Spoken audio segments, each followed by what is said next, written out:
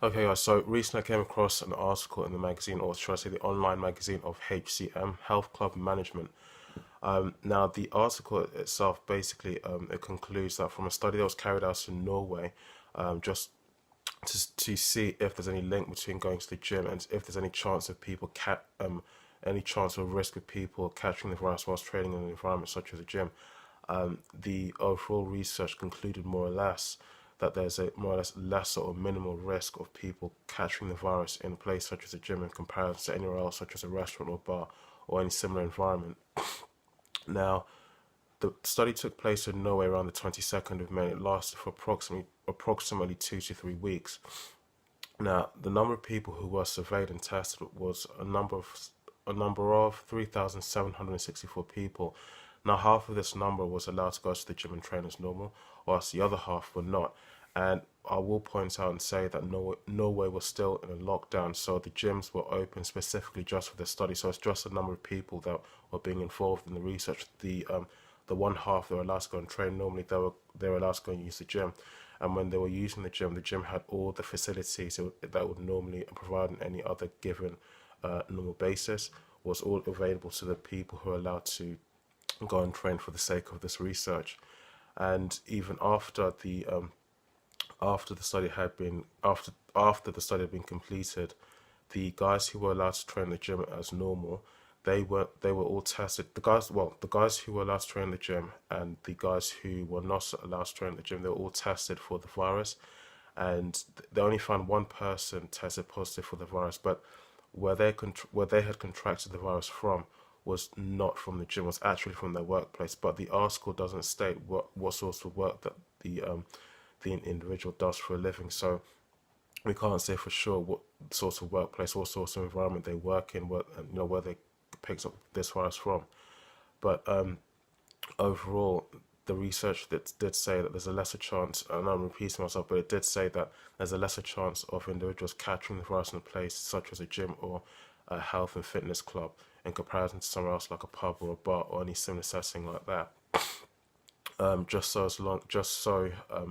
long as the gym does take the necessary safety measurements, excuse me, the necessary measurements to make sure that the risk is minimized as much as possible. Sanitizing hands, disinfecting the equipment, wiping down the equipment when people are finished using it, controlling the number of people who are in the gym at any given time to make sure that the environment inside doesn't get too overcrowded, making sure that the HVAC heating, ventilation, and air conditioning system is working to consistently move around and clean the air all the time. Then there shouldn't be any problem. And people have been saying this for a long while now. I've been saying it that you look at how the supermarkets have been dealing with the pandemic here in the UK. They make people queue outside just to ensure that inside the store there aren't too many people. So there's not too many people bumping into each other or touching each other unintentionally while they're moving around. And that's something that they could implement at the gym. At the pubs, of course, that's something which would be impossible to do, because once you've started eating and drinking and you're enjoying the conversation with your peers and companions and whoever you're there with, your family, whoever, of course, once you're having a good time, anything to do with social distancing goes right out the window. You don't care because you're having so much fun.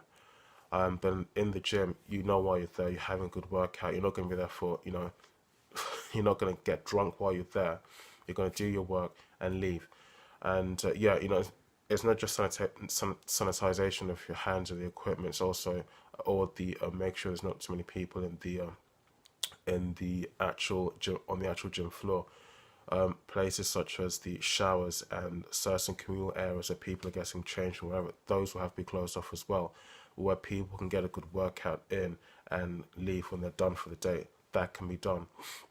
So it isn't impossible to do. If you're doing it in somewhere like a supermarket, where you can have people overcrowding and touching each other, and yes, coughing or sneezing, because they will not, in this place like a supermarket, so far as I've seen, they've not been made, the customers and members of the public, they've not been made to wear a mask. But somewhere like a gym, gotta get this tripod straightened, sorted out. Somewhere like a gym, you can, like a gym or a health and fitness bar or club, you can make your customers or your gym members wear a face mask, because while people are in there, they will be getting, sweaty and having shortness of breath. They'll be breathing heavily. So, it's not impossible. It can be done. But again, if this article that I've just seen here is presented to people in positions of authority in, the place like Department of Health, etc., here in the UK, and if they still say no, because this is just one article that I've come across, I'm sure there's going to be many others out there that other people have seen. And if you have seen them, please leave links to those in the comment section below. And please highlight, just hint what you've heard, what you've read, what you've seen. If they still refuse to open places like this, which places like this exist so you can improve and benefit your health. And when you're improving your health and fitness, your immune system improves, and so there's a lesser chance of you catching this virus. It's only those people who have a really poor, unhealthy lifestyle. Those are the ones who are really at risk, and unfortunately they're going to pay for having such a lifestyle when they catch this virus and have a greater risk of unfortunately losing their life.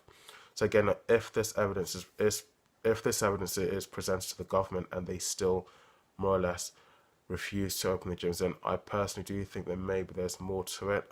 I do understand that the sector of hospitality, especially places that involve venues such as pubs, bars and restaurants, because people go there to drink a lot and to have a good time, which I understand generates a lot more revenue from the government than the fitness sector does. That I can understand, but if they still refuse to open places like gyms and fitness clubs, then I kind of do think there's probably more to the story than what we're being told. But I'm going to wrap the video up there, guys. If you did enjoy this, please leave a like, and please don't forget to subscribe. Thanks. I know, guys, the article that I've been talking about in this video, I'll leave a link to it in the description section below. Thanks again.